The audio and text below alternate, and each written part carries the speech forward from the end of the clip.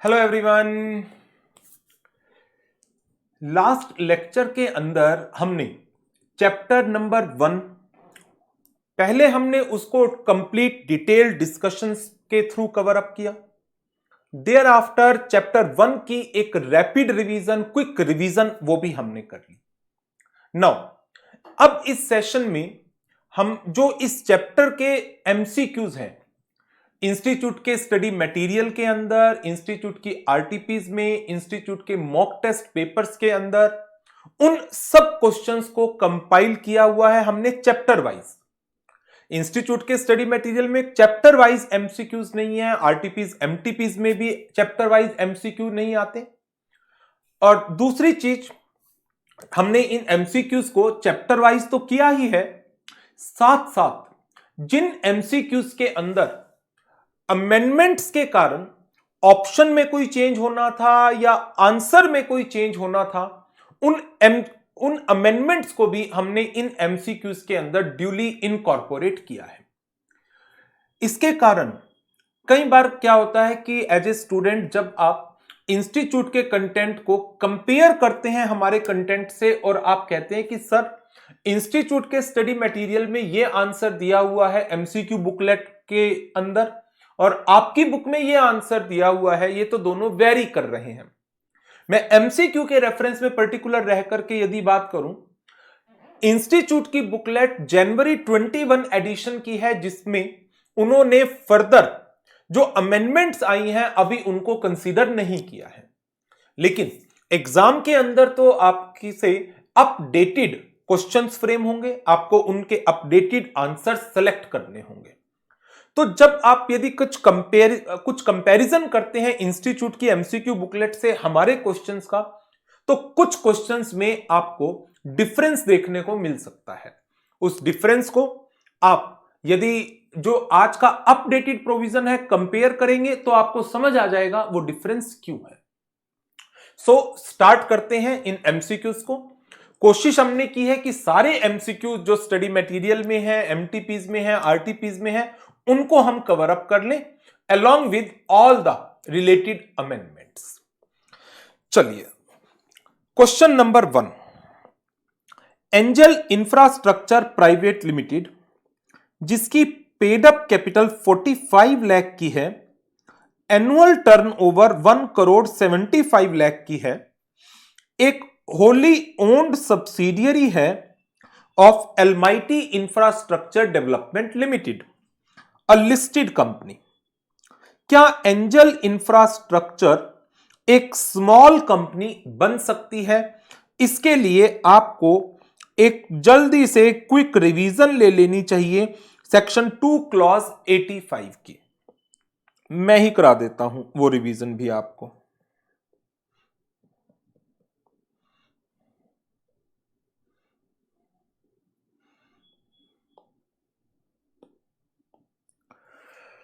A small company means a company other than a public company, other than a public company, जिसकी paid up share capital 50 lakh से ज्यादा नहीं है और such higher amount as prescribed which shall not be more than 10 crore. Turnover 2 crore से ज्यादा नहीं है but can be notified up to 100 crore. और आज की डेट में जो पेड अप कैपिटल नोटिफाइड है वो है 2 करोड़, टर्नओवर जो नोटिफाइड है वो है 2 crore as per rule 21T of company specification of definition details rules 2014। Paid up capital 2 crore, turnover 20 crore. But at the same time इस प्रोवाइजो का भी ध्यान रखना है कि यदि एक कंपनी होल्डिंग या सब्सिडियरी है किसी की भी, चाहे वो प्राइवेट की होल्डिंग है, सब्सिडियरी है, पब्लिक की होल्डिंग है, सब्सिडियरी है, लिस्टिंग की होल्डिंग है, सब्सिडियरी है, गवर्नमेंट की लिस्टेड है, सब्सिडियरी गवर्नमेंट की होल्डिंग है, सब्सिडियरी है, किसी की भी, या वो कंपनी सेक्शन 8 में रजिस्टर्ड है, या वो एक बॉडी कॉर्पोरेट है या कंपनी है which is govern under any special act, वो कभी भी स्मॉल कंपनी के स्टेटस में नहीं आ सकती है। इस चीज का ध्यान रखिएगा, बहुत इंपॉर्टेंट डेफिनेशन है, बहुत सारे क्वेश्चंस के आंसर को चेंज कर सकते हैं ये डेफिनेशन। तो अब बताएं, इस क्वेश्चन में एंजल इंफ्रास्ट्रक्चर एक होली ओन्ड सब्सिडियरी है, तो क्या यह स्मॉल कंपनी बन सकती है? जवाब है no.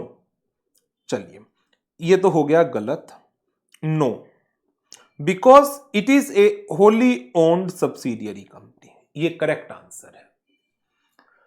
It is not a subsidiary of listed company, ऐसा कोई प्रोविजन नहीं है, होल्डिंग सब्सिडियरी किसी की भी हो सकती है। No, because paid up capital prescribe limit से कम है, टर्नओवर 100 लाख से ज्यादा है, ये लिमिट्स गलत है। Answer B. Next question, Seema bulb limited is desirous of having significant influence in Shokeen LED bulb and tube so that the latter becomes its associate company. Associate company को डिफाइन किया गया है सेक्शन 2 क्लॉज 6 के अंदर। For exercising the significant influence, one of the option available to Seema bulb is to control at least 20% of the total voting power of Shokeen LED bulb. What is the other option available to control or participate in the business decisions? ध्यान आया? Revision class में भी मैंने आपको बताया था कि section 2 clause 6 के इस पॉइंट के ऊपर मल्टीपल चॉइस क्वेश्चन बना हुआ है।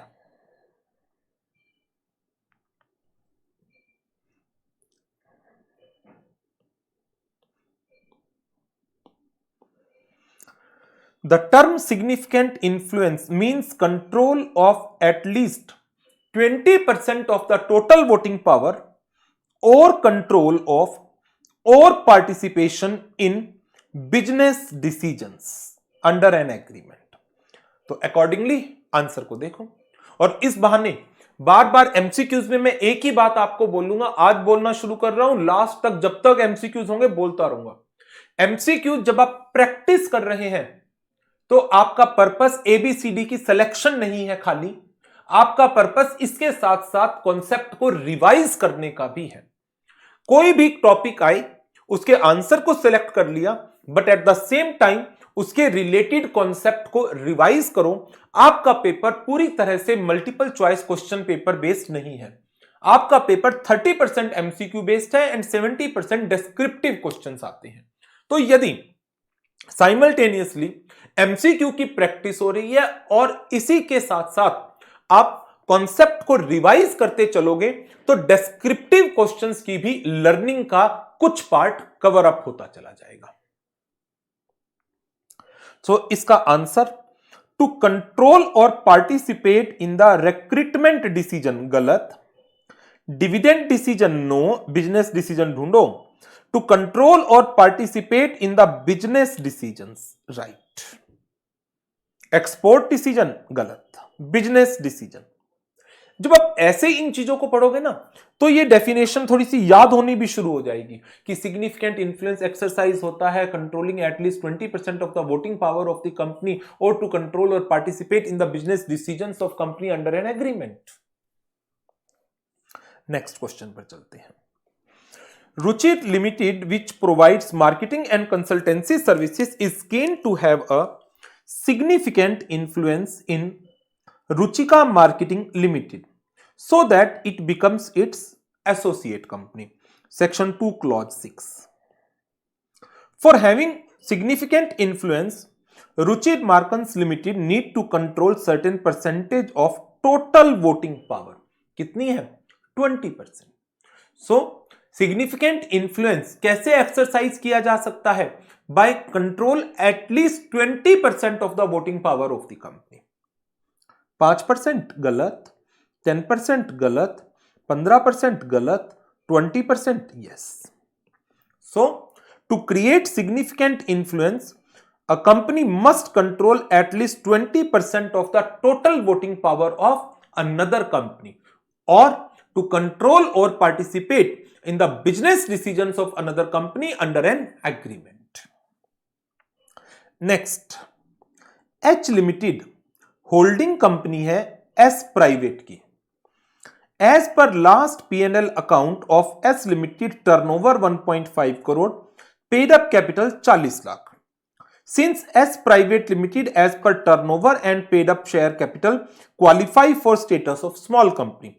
Paid up capital 2 करोड़ से कम है, टर्नओवर 20 करोड़ से कम है, रिजल्ट स्मॉल कंपनी है नहीं है। इसके प्रोवाइजो को ध्यान करिए। Holding company, subsidiary company, section 8 company and a company incorporated under the provisions of any special act, वो कभी स्मॉल कंपनी का स्टेटस ले ही नहीं सकती। एडवाइस, यदि एच अपने आप को प्राइवेट में कन्वर्ट कर ले, ऐसा कोई प्रोविजन नहीं है। So long as S meets the turnover and paid up share capital norms applicable to a small company, नहीं। S limited can not be categorise because it is the subsidiary of another company.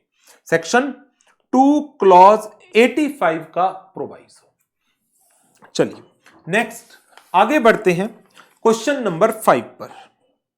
Savita and her husband Sukesh, उन्होंने Savi trading company private limited incorporate की authorised capital 40 lakh. As per last P&L account turnover 1 crore, again small company का question लग रहा है, 20 करोड़ से नीचे है।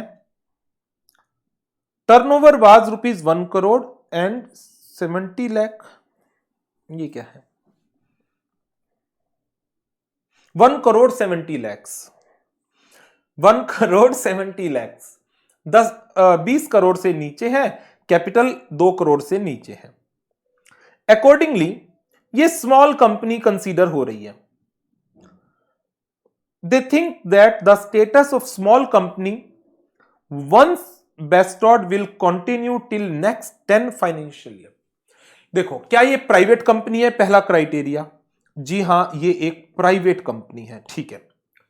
क्या टर्नओवर 2 करोड़ से नीचे है? जी हां। Sorry, paid up capital 2 crore से नीचे है, हां। टर्नओवर 20 करोड़ से नीचे है, बिल्कुल।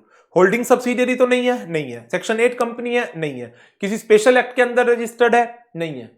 तो स्मॉल कंपनी तो है। क्या एक बार स्मॉल कंपनी का स्टेटस मिल गया तो हमेशा रहेगा, 10 साल तक रहेगा, 8 साल तक रहेगा? ऐसा कुछ नहीं है। Every year it can change. Their contention is absolutely correct, गलत। 7 ईयर्स तक मिलेगा, no. It keep on changing from time to time, for it is not permanent for any particular period. Section 2 clause 85। MCQ करो ना, section की practice कर लेना, section number याद हो जाएंगे इस बहाने। कोई भी एमसीक्यू करो, उसके आगे सेक्शन नंबर लिखो कि हाँ ये प्रोविजन है, इस सेक्शन का प्रोविजन है, और उस प्रोविजन को पढ़ लेना, डिस्क्रिप्टिव क्वेश्चन की प्रैक्टिस हो जाएगी। एमसीक्यू करो तो 2 काम जरूर कर लेना, सेक्शन नंबर लिखो, सेक्शन की प्रैक्टिस होगी, और उस सेक्शन को रीड कर लो जाकर, डिस्क्रिप्टिव क्वेश्चन की प्रैक्टिस होगी। खाली एमसीक्यू की प्रैक्टिस मत करना। अब ये question RTP MTP past exams के हैं, चलो पढ़ते हैं अब इनको भी। Feel rich company registered office Delhi में, सब्सिडियरी है German company named Richman company limited, foreign की कंपनी है। Financial year of the parent और होल्डिंग कंपनी 31 दिसंबर को एंड होता है। Subsidiary company different financial year adopt करना चाहती है for consolidation of its account with the parent company. Okay, for doing it so it is required to take the permission of competent authority. बताओ कौन होगा? Section 2 clause 41। ये question MTP में आया था अप्रैल 19 के, वहां पर आप देखोगे तो आपको ऑप्शन कुछ और मिलेंगी, क्योंकि इस प्रोविजन में लेटर ऑन अमेंडमेंट आ गई थी। अब इसका आंसर क्या है? अब इसका आंसर है सेंट्रल गवर्नमेंट। वहां पर आपको इसका आंसर ट्राइब्यूनल मिल सकता है, लेकिन आज इसका एग्जैक्ट आंसर क्या है? Central government. ट्राइब्यूनल के पास अब यह पावर नहीं है। सेक्शन 2 क्लॉज 41 करा दूं रिवाइज? थोड़ा बहुत मैं करा देता हूं, थोड़ा बहुत आप कर लेना। इसके पॉइंट्स टू रिमेंबर में लिखा हुआ है। On an application made by a company और body corporate which is a holding company or a subsidiary or associate company of a company incorporated outside India and is required to follow a different financial year for consolidation of its account outside India. Then central government may, if satisfied, allow any period as its financial year. तो ये power किसके पास है आज की date में? Central government के पास है। Next question RTP मई 19 का है। ए लिमिटेड होल्डिंग कंपनी है बी लिमिटेड की, अनदर कंपनी सी सब्सिडियरी कंपनी है बी की। अच्छा, ए बी की होल्डिंग है, बी सी की होल्डिंग है। क्या ए और सी के बीच में कोई रिलेशनशिप है? जी हां, सेक्शन 2 क्लॉज 87, ये भी क्या बन गई? सब्सिडियरी कंपनी बन गई। नो रिलेशनशिप गलत। C limited is deemed to be subsidiary of A limited, section 2 clause 87। चलो ये भी एक बार क्विकली रिवाइज कर लो।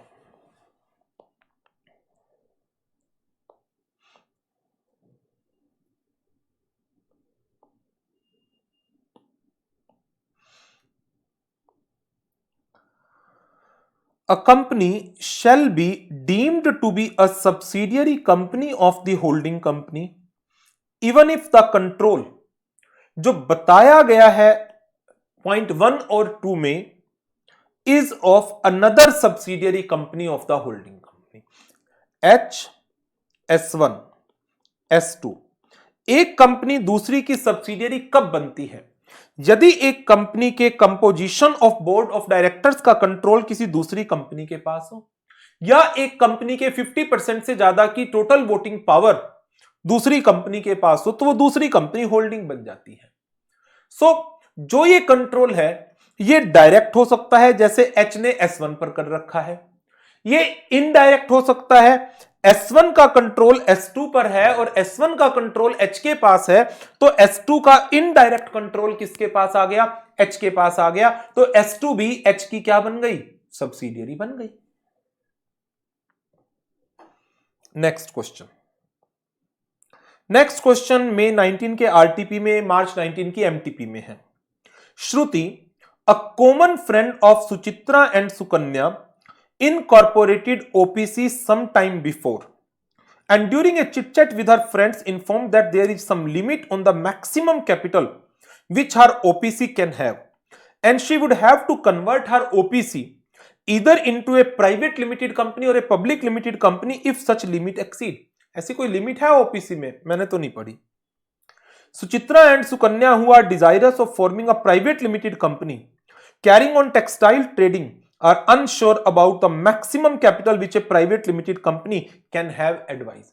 Minimum paid up capital as prescribed लिखा हुआ है और वो भी है नहीं, प्रिस्क्राइब है नहीं। सेक्शन 2 क्लॉज 68 को पढ़ोगे प्राइवेट कंपनी की डेफिनेशन में, तो कुछ भी नहीं लिखा हुआ है ऐसा कि कोई मैक्सिमम कैपिटल का होना जरूरी है।